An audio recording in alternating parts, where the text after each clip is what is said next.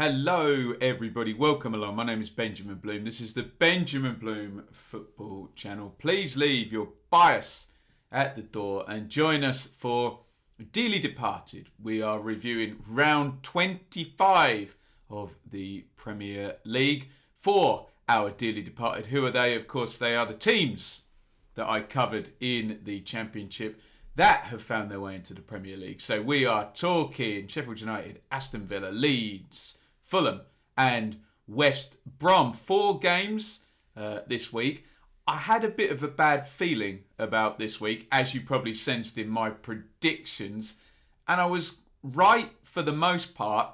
However, we do have a little bit more interest now with that gap closing up down the bottom. We'll get into all of the games. First of all, let's just say thank you to Coyle, who's our fan sponsor for the Dearly Departed shows. Dearly Departed, also known as Ben, couldn't bear to lose us.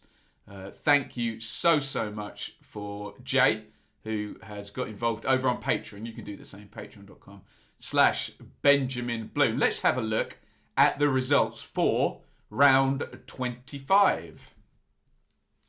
And on Friday night in the first Dearly Departed game, it was Wolves 1, Leeds 0. And then Saturday lunchtime, Southampton 1, Chelsea 1. Our second Dearly Departed game fell. The only Premier League 3 p.m. kickoff. Burnley 0, West Brom 0. It was then Liverpool 0, Everton 2. And our third Dearly Departed game, a Dearly Departed derby between Fulham and Sheffield United. It was Fulham 1, Sheffield United 0. Then West Ham 2, Spurs 1. And our final game was yesterday, Villa 1, Leicester City 2. It was Arsenal 0, Man City 1. Manchester United 3, Newcastle 1. And it's Brighton versus Palace tonight, which does have some kind of influence if you are still a believer in the bottom 3 changing at some point between now and the rest of the season. As ever, we will go from the highest ranked team to the lowest. We've got 4 games to deal with, so let's get into the first one. And it was Aston Villa 1, Leicester City 2.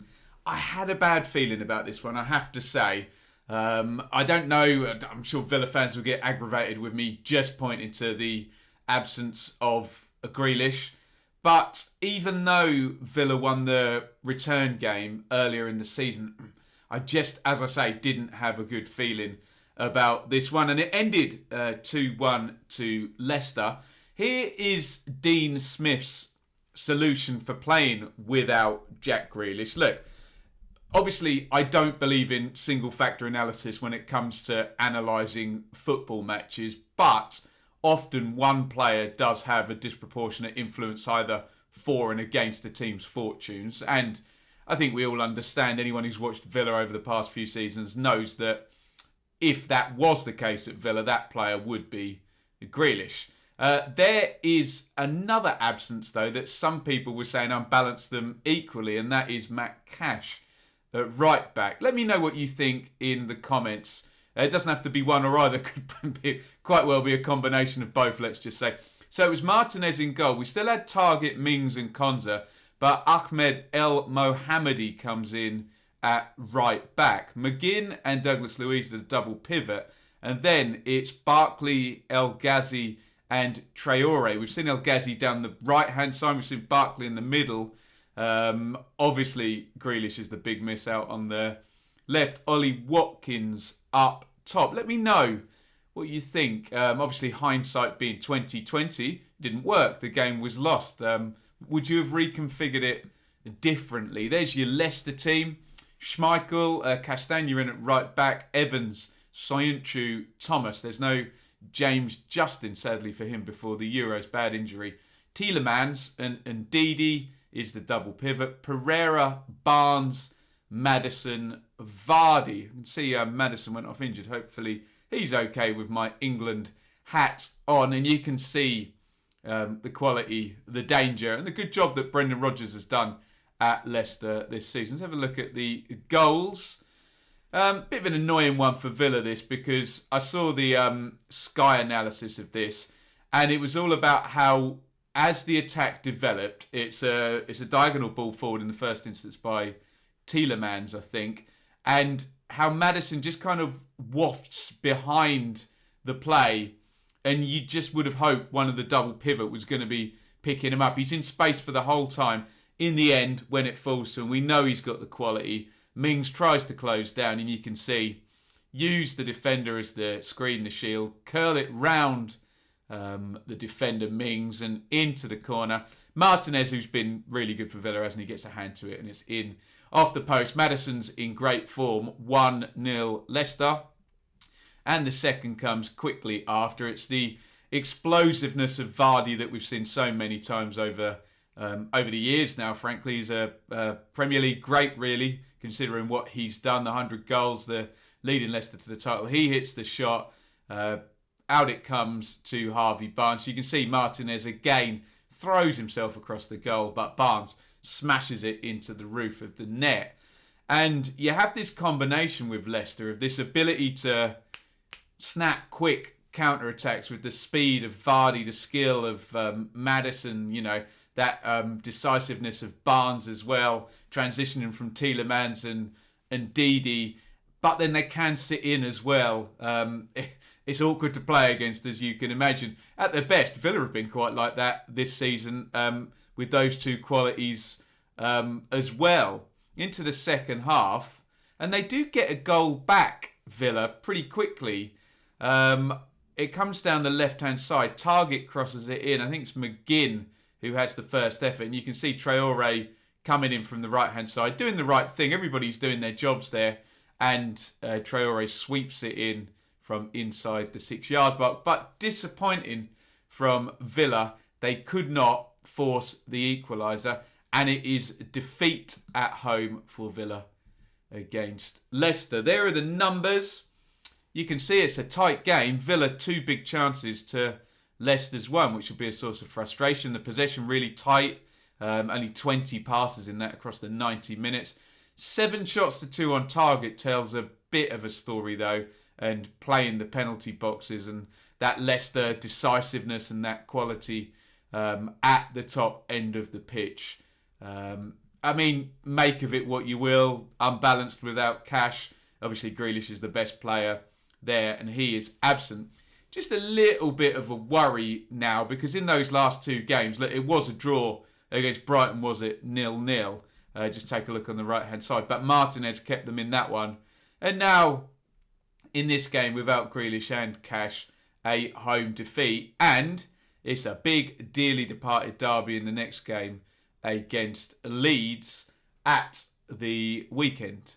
Is that Saturday? It must be Saturday. If it's a 5:30 that one, or is it? It's only 5 days. That might be a midweek game. That is a Friday night. I can't add up the amount of days, can I? I think it's Friday night. Look forward to that one. Anyway, Leicester are in 3rd in the table. Villa are still in 8th. Look, Spurs lost. Arsenal lost. Wolves are 3 points behind them despite their win. Leeds lost. Basically nobody below Villa other than Wolves or Fulham. Spoiler alert. 1. So, big picture, fine. Still games in hand.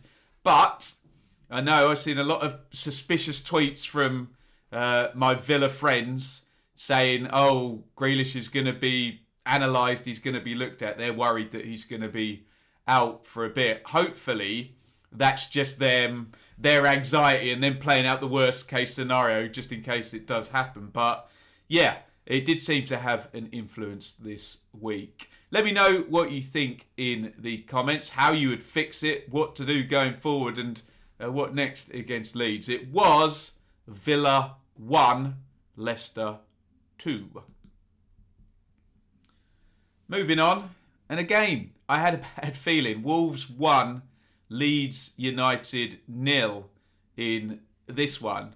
And I went into the game saying maybe they can get a draw, but I'm worried there's no Phillips, still Cock and Llorente out at the back, and lots of different permutations used in that back half of the pitch recently by Bielsa. Rodrigo not been around for a while. It does feel like the Championship players from last season are having to be relied on to carry Leeds through not just a Premier League season, but the most heavily scheduled Premier League season there's been since we went down from 42 games to 38. There are your teams. Just go through the Wolves team first. Patricio Dendoncker, Cody Saïs, Otto Semedo, Neves Moutinho, Traore, Jose and Neto up the top. Now, here's your Leeds team. So, Meslier in goal. Dallas returns to left back. He'd been playing in central midfield the last while. Cooper and Struick means you get two centre-halves rather than Ailing there. And Ailing himself moves back across to right back. It does feel a little bit more square pegs in square holes. I know Dallas isn't a left back by definition, but played well there last season, didn't he? But we now get two actual centre backs. Struick's not out playing in central midfield, and Ailing, the right back, is not playing at centre back, and it was Shackleton, a central midfielder. So it feels like he simplified that decision making. Harrison and Rafinha wide. Now, I did not watch the game, but I have never seen Bielsa line up like that since we've been at Leeds with a flat midfield four. I'm sure SofaScore, which I'm using, just has an algorithm which calculates the heat maps and puts them there. But let me know in the comments how you saw that midfield lining up, because we've always seen a deep line playmaker with Bielsa. Obviously, Calvin Phillips is that guy. So Click and Shackleton, did they take it in turns? I don't know. Who was deeper? Who was playmaking, if indeed anybody? Roberts seems to be playing a 8 or a 10 there off Pat Bamford. Let me know about that configuration. What would you have done considering the options? If you look down there, really, okay, you've got Helder Costa who play wide. Hernandez could play the 10 role. Llorente is back on the bench, so that is something. Maybe he comes back in. Was he rushed back in the last time against Newcastle? Did he come in and Struick sits in front? I don't know. Let me know what you think in the comments. A little bit of a grubby game from what I hear. Good chance there for Liam Cooper. Set play whipped in, and he can't convert that header. And here's the goal, and it's unlucky if you're... It's a difficult one, because I want to say it's unlucky if you're Meslier, but I don't want to say it's lucky if you're Wolves. I think there's a distinction. It's good by Traore. He hits a good shot that forces Meslier into a full-length dive across his goal. So, I mean, he can argue he's unlucky not to score, but Meslier can also argue he's very unlucky, because where's that ball going when it's hit the post? It's going to bounce down, hit him, and go into the goal. If you're an Ipswich fan like me, you remember the playoff final. This happened, Craig Hignett against Richard Wright. I have seen this goal before, but I just think it's an important distinction to make, that I don't think it's fair to call it a lucky goal, but I do think it's unlucky in Mellier's instance, and I do think Traore does a lot right. But of course, when you're throwing yourself across the goal to save it, your worst case scenario, if it doesn't go in, is it's going to hit the post and you can do absolutely nothing as you're throwing through the air, fall into the ground and the ball hits you and goes in. So unlucky for Meslier in that regard. 1-0 to Wolves. One more real chance of note there. Costa against his former club there. Has he got the quality to put that in the corner to Patricio's left? Well, as a player, he obviously has, but he didn't manage to do it on this occasion. And when we look at the numbers, it's very irritating with my dearly departed hat on, because it says Wolves, big chances 0, Leeds, big chances 4. Now that's frustrating. I think 2 of the big chances come in one hit with Cooper's header, and I think it's pushed out, and then Bamford has another header which is blocked. So, okay.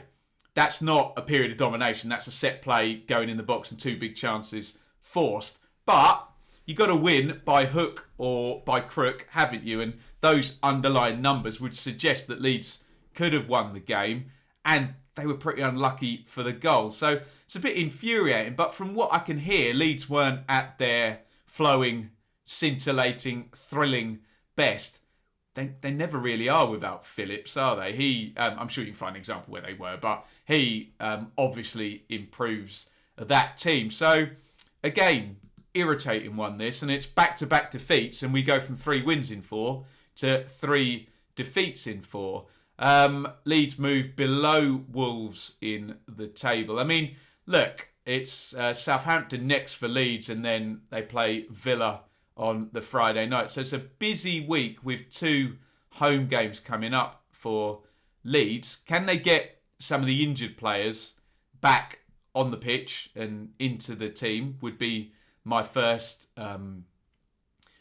question. Can they capitalise? Southampton are a near opponent, and Villa and Leeds were in the Championship together not so long ago, despite Villa have been obviously in the Premier League 1 year longer than Leeds have. Again, we do need to remind ourselves, big picture, this is fine. Leeds have got a decent points total, already 32. We've got 14 games to go and they're 10 points above the drop zone. I'm sure if you said to Leeds fans prior to the season starting with 14 games to go, you'll be 10 points above the drop zone. Oh, and by the way, your centre forward's going to have scored a load of goals, and everyone now understands what Beelzebub is in the country. Not that really mattered, and you'll have won 10 games. So big picture, it's all going well. Just very, very short term, it just feels like Leeds are suffering a little bit from not being able to not being able to put a consistent 11 out and just settling.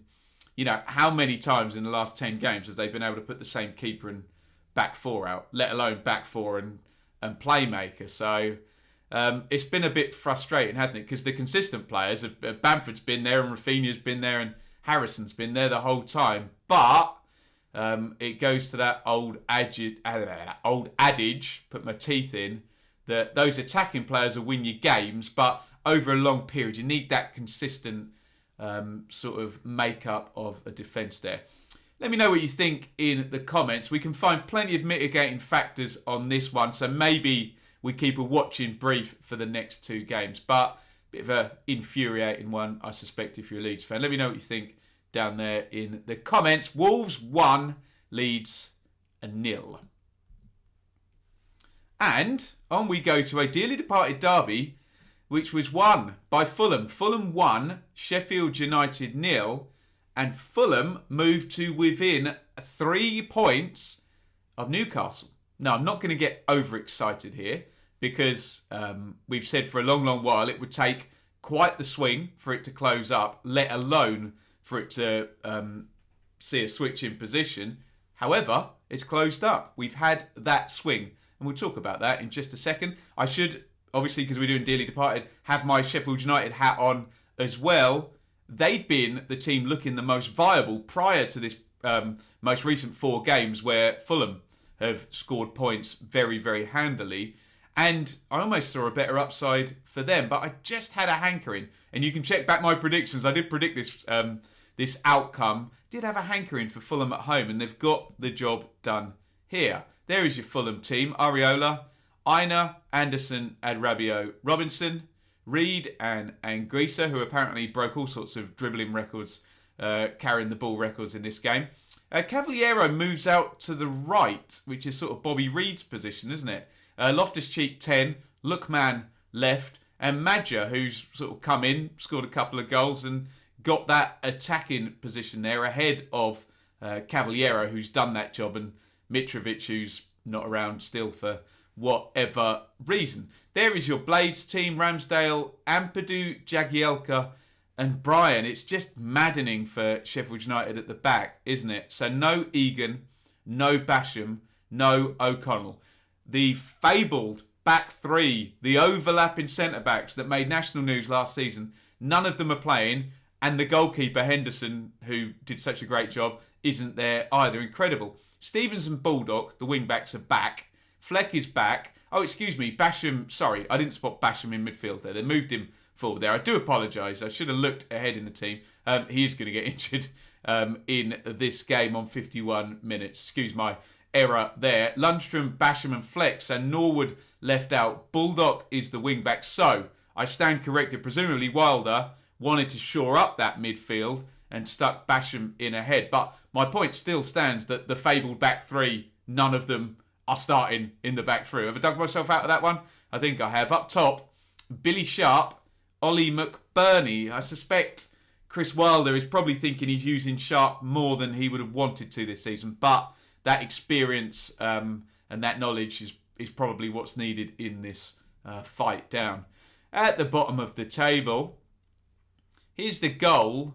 It's a bit poor from Ampadu, actually. You can see Ampadu, he's just been taken on. Not been skinned, but he kind of wins the ball and then it bumps off him. And Lookman, maybe he gets a bit lucky to get the bounce. But I think Ampadu should come away with it. And then you'd make Ramsdale favourite there. But Lookman just smashes it through Ramsdale, basically. And it goes in.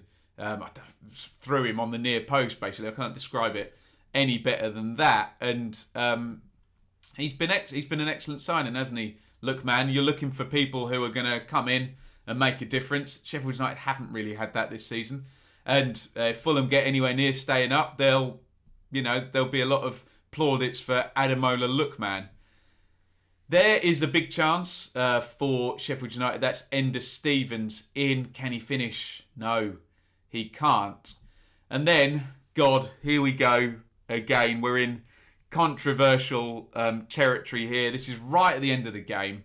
Free kick goes in. The ball goes loose in between Areola and that's Jayden Bogle, isn't it? What happens is Areola comes out fairly clumsily, as you can see, looking at that. Bogle goes in to try and obviously stick the ball in with his right foot. Areola gets to the ball first, and then there is a collision between Areola's right leg there and Bogle. Bogle obviously goes down. It's very clumsy. It's a coming together, and you wouldn't have been surprised to have seen a penalty given. It's a bit of a weird one on the basis, I know I'm the first person to say that somebody getting the ball first. Well, that doesn't matter, does it? You can get the ball first, having thrown yourself into the most horrible foul tackle known to humanity, which could destroy somebody's leg, ankle, foot, career, etc. So we can't argue that because Areola gets the ball first that it's not a foul. We can't argue that. If it's clumsy and then we go into the laws of impeding, endangering opponent, reckless. What's the other one? I know I'm reading the foul play, the serious foul play ones out, but they are relevant here. God, there's three: reckless, endangering opponent. I can't remember what the other one is for the life of me. Anyway, it'll probably come to me as we speak about this. So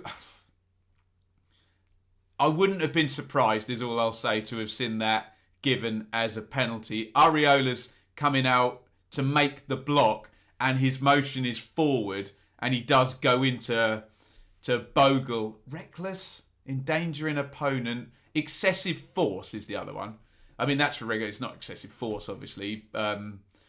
I don't know.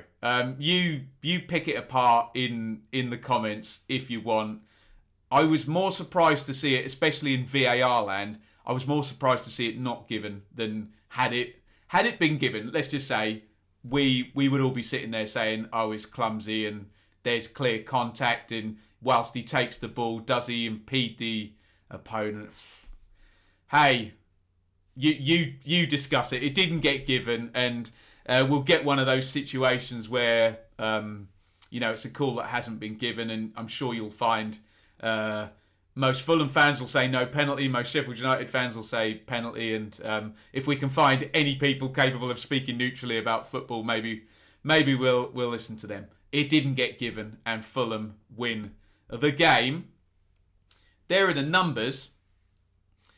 Strangely, look, 2 big chances apiece in the game. That's even, whereas 65% possession to 35, 15 shots to 4, 7 to 2 on target is not even. So it looks like Blades managed to create chances despite maybe territory and possession going in Fulham's direction. But they hold out for the clean sheet. Yes, I know, with the caveat of potentially that could have been a penalty at the end of the game. Now, here's the important thing, where we look at Fulham's last 4 results and we see the fabled 2 points per game. Fulham have got 8 points from the last 4 games, and where they've been drawing, they've won a couple of games against Everton and here against Sheffield United. They've also kept clean sheets in 3 of the last 4 games. Therefore, I now have to change my view that the team with the most viable upward trend, which I did think was Sheffield United with those FA Cup wins coupled with Premier League wins, had got 6 wins in 9, hadn't they? We now have to look at Fulham and say over that 7-game sample size we've got up there, that they have drawn 4, they've only lost 1 game, and there's the 2 wins in there now, which makes all the difference. Over those games, the last 4, they have taken 5 points out of Newcastle, and therefore that gap has shrunk from 8 points down to 3 points. And from a Sheffield United perspective, they are 14 points off Newcastle. That obviously has not changed because both sides lost. So, do we begin to wonder about a viable relegation challenge? Well, look at the next game because it's against Crystal Palace. Now, I understand Crystal Palace haven't played yet. They play Brighton tonight. So, I guess the result you would want if you were a Fulham fan, you're probably going to want Palace to actually win that. So, Brighton stay within 4 points, rather than... So, you're chasing a team 4 points away rather than a team that's 7 points away. Although, you do have Palace to play in that next game. I suspect, let's play perfect storm here. We can look at it and say, regardless of... let's do it perfect storm, best case scenario for Fulham. So, Palace win tonight, which leaves Brighton on 26 points. And then Fulham beat Palace in the next game. And forgive me, I don't know who Newcastle have got.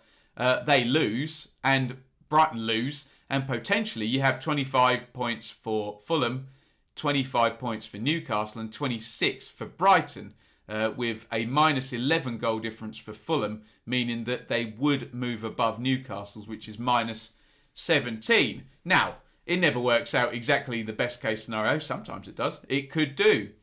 But it's certainly a lot more competitive than it was a few weeks ago, isn't it? Let me know what you think. By the way, is that a Sheffield United properly cooked yet? 14 games to go for them, 13 games to go even, and a 14-point difference. We're getting on the verges of where we're going to be looking at massive 2.5 points per game, 2.3, 2.5 at a point within the next 4 or 5 games if that gap doesn't close up. Let me know what you think in the comments. If you want to debate the penalty, please quote the laws, and any amount of outrage you put in your your comment does not make your argument more compelling. You're welcome to your view. I don't know, frankly. I'll sit on the fence. I wouldn't have been surprised to have seen it given, though, is what I will say. So let me know what you think in the comments, and particularly on the viability of Fulham's push to get away from the bottom 3. Fulham 1, Sheffield United 0. And finally, in predictable fashion, Burnley 0, West Brom 0. I say in predictable fashion because we expected maybe a Sean Dyche team against the Sam Allardyce team might be a bit of a dirge and end up cancelling each other out. However, the means of getting to this end was not perhaps the most predictable because of the fact that we're going to get a red card for West Brom, and then we're going to get West Brom having the better openings in this game. So strangely, Allardyce, who's been pining for a clean sheet and his team to be competitive, would have thought that they would have won this game looking at the opportunities. There are the teams. For Burnley, Pope, Loughton, Tarkowski, Mee, Taylor, McNeil, Westwood, Cork, Brownhill, Vidra and Rodriguez up top. For the Baggies, Johnston, Furlong, Ajayi, Bartley, Townsend. Yokuslu sitting. Phillips, Maitland-Niles, Gallagher, Pereira, and Diania up top. And there it is. I won't say controversial because it wasn't that controversial. That is Semi Ajayi handballing with Mate Vidra chasing. You can see it's a clear handball. Does he deny an obvious goal scoring opportunity? Yes, he does. So Ajayi's coming across in this direction. Vidra running in behind. Ajayi comes across. Obviously, the ball hits his hand. Looking at the run of the ball, the speed of the ball, the speed of Vidra, the direction of Ajayi. If he doesn't handle that, the next time we get someone touching the ball, it's going to be Vidra, and he's going to be clean through and clear, probably 30 to 35 yards from goal with an obvious goal scoring opportunity. So referee Dean missed it in the first instance. I guess we can forgive him because we've got VAR here. Maybe he was blindsided. If he's on this angle over there and Ajayi's running like that, he may not have seen it. So look, the most important thing before any referee Dean witch hunts go ahead is that the right decision was got to, and that was, sadly for West Brom, a red card for Ajayi. However, God, look at these two chances. So that is Diania coming in from the right-hand side, comes inside his man. He hits that shot left-footed, and it hits the top of the bar, skims it, and flies over the top. Should have scored. And he has made a difference, Diania, but in these past two games now, I think it's 2 chances against Manchester United. Yes, he did score against Manchester United. And this one here, could he have had more goals even than he's had already? Yes, I appreciate he's having a successful impact on the team. However, could it have been even better? Well, and yes, it could have been even better. So this was just one of those instances where you see West Brom going through behind on the counter. Look at all those players in the box. There's Diania and Maitland-Niles and Pereira who's had the shot. And you just saw it unfolding thinking, how have they not scored from this? It's so frustrating if you're a baggy. And who is that on the line? Is it Tarkovsky? Forgive me, I can't tell. Heading it off the goal line, and 2 really, really decent chances that Big Sam will be lamenting. And look at the big chance count. 1 to Burnley, 3 to West Brom, 10 shots to 6, 3 to 1 on target. Missed chance, real missed chance. And there's almost this idea that both of these teams wanted to play off the other and sit in. And there's almost this perverse logic that the red card actually kind of distorted Burnley, that they would have rather go 11 vs 11 and 1v1 all over the pitch, and they couldn't, and they came on and gave West Brom the best chances then on the counter. Strange one there, but Burnley still keep at arm's length. They're 6 points ahead of in-form Fulham with their 8 points in the last 4 games. However, look at Burnley's last 4. They themselves have got 6. So, you know, if Fulham are in form, they've only got 2 more points than Burnley. Obviously, in the context of a bottom 6 team, both of those sides I've just mentioned are kind of in form. And then you see Brighton in there as well, who've got 9 points from the last 5. A bit of a rising tide down the bottom there. And sadly for West Brom, just draws and draws and draws. However, it was the clean sheet.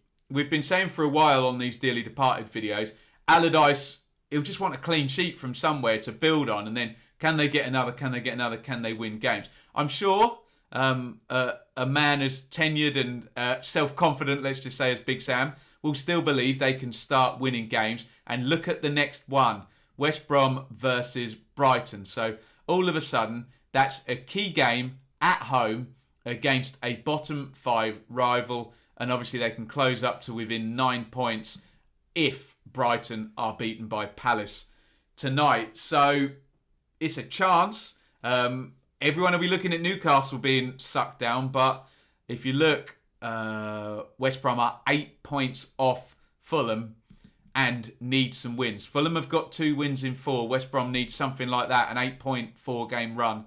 And they just haven't had it yet. Let me know what you think down there in the comments on West Brom drawing 0-0 away at Burnley.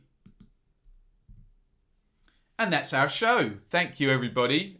Thank you most pertinently there on the screen to Jay Coyle, dearly departed, also known as Ben, couldn't bear to lose us. Jay is our fan sponsor. We are very, very grateful to him for doing so. You can get involved over on Patreon should you want to help out in the same way. It's a bit of a disappointing one with Villa and Leeds losing this weekend, but I have been for the longest time worried that our dearly departed had this bottom three and they're all adrift, and with 4 or 5 games to go for the end of the season, nothing to play for, and they're all going to go down. We've got a bit of a fight as of right now, as of Monday 22nd of Feb at 10:37 when I'm filming. There's a chance. It's a 3-point gap with one team trending in the right direction and one team trending in the wrong direction. Will they pass each other, and could it happen? Could it happen sooner than we think with those games, West Brom and Brighton, Palace and Brighton, and then Fulham and Palace? Lots of bottom 8 matchups. You just worry that those wily managers, Steve Bruce and Roy Hodgson, and I mean less so wily Graham Potter, but you just wonder, will they come out of this week on top without losing any of those games? With our dearly departed hat on, we hope not, but we've seen this happen before, haven't we? Right. With all of that being said, that is your Dearly Departed review for round 25. Thank you very much for watching. Get your comments in below. Please leave your bias and your outrage at the door, and hopefully we can have a nice, sensible, balanced chat about football rather than the normal social media screaming that we get everywhere. I trust you guys to do so. Thank you very much for watching. Over and out. Thank you so much for watching. If you enjoyed this video, please hit the like button to see more videos from this channel. Hit the subscribe button, and to be notified every time we upload, ring the bell for those notifications to come through on your device. If you really want to support the channel and me as a content creator, I will be eternally grateful if you head over to the merch store and grab something, or support over on Patreon, patreon.com/Benjamin Bloom. Thank you for your time. Go and watch another video.